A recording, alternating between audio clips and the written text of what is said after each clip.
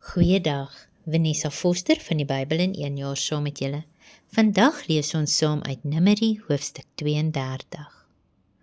Ons lees hier van 'n interessante gedeelte in Israel se geskiedenis. Die volk staan op die punt om die beloofde land binne te gaan. Na byna 40 jaar in die woestyn was die wagtyd amper verby en alles waarvoor hulle so lank gehoop het, was binne bereik.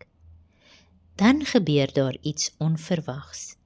Die stamme van Reuben en Gad sien die weiveld vir hul vee aan die ooste kant van die Jordaan en hulle besef dat dit die ideale gebied vir hulle is.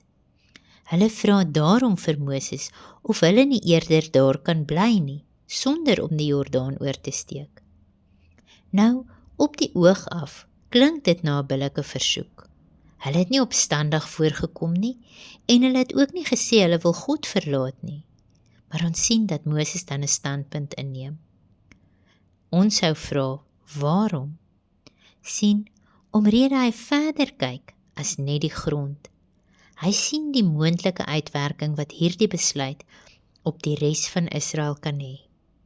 Hy vra hulle in vers 6, moet julle broers oorlog toe gaan terwyl julle hier bly? Hy dink aan wat 40 jaar tevore gebeur het. Toe die 10 verspieders met hul ontmoedigende verslag teruggekom het, het die hele volk moed verloor. Hulle het ophou vertrou dat God sy belofte sou nakom, en daardie geslag sou nooit die beloofde land bereik nie. Moses wou dus nie sien hoe die geskiedenis homself herhaal nie. Hy het moontlik ook gedink, as Reuben en Gad tevrede was om hier te bly, sou die ander stamme dink, waarom moet hulle verder gaan? Maar hierdie hoofstuk gaan nie eintlik oor grond nie. Dit gaan oor invloed. Besef ons werklik hoe ons houding ander beïnvloed. As ons die Here in oorgawe dien, spoor dit ander aan om moed te skep en positief te bly. Maar wanneer ons begin tevrede raak met minder of maklik moed opgee, kan dit ook ander beïnvloed. Sien, ons gesindheid is aansteeklik, of dit goed of sleg is. Nadat Moses sy bekommernisse uitgespreek het, verduidelik Reuben en Gad hul bedoeling. Hulle sê, hulle wil nie hul verantwoordelikheid ontduik nie.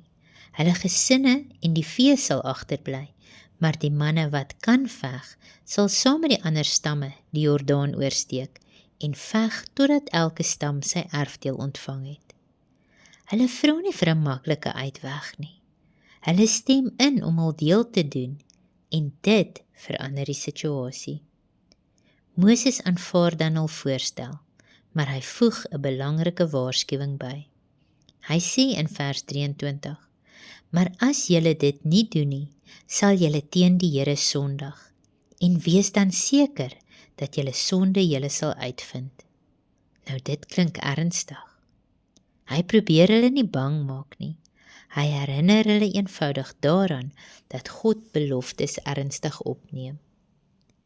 Dit is maklik om iets te beloof, maar getrouheid word eers bewys wanneer ons doen wat ons sê. Reuben en Gad aanvaar hierdie voorwaarde. Hulle hou hulle woord en later lees ons dat hulle inderdaad saam met hul broers gaan veg totdat die land verdeel is. Nou wat kan ons uit hierdie deel vandag leer? Eerstens, dat ons versigtig moet wees om nie te gou tevrede te raak nie. God wil hê ons moet aanhou groei, aanhou vertrou en aanhou vorentoe beweeg. Tweedens, dat ons nooit moet onderskat hoeveel invloed ons op ander het nie. Ons woorde, ons optrede en selfs ons gesindheid kan iemand of aanmoedig of ontmoedig. Miskien moet ons onsself vandag afvra, is ek nog besig om met oorgawe die Here te volg, of het ek ongemerk begin tevrede raak met minder? Wanneer ander na ons lewens kyk, inspireer dit hulle om nader aan God te leef, of demp dit eerder stilweg hul geesdrif? Mag ons, anders as die 10 verspieders, mense wees wat geloof aansteek, mense wat ander herinner dat God sy beloftes hou en dat dit altyd die moeite werd is om hom met ons hele hart te volg. Mag jy 'n geseënde dag verder hê. Tot volgende keer. Totsiens.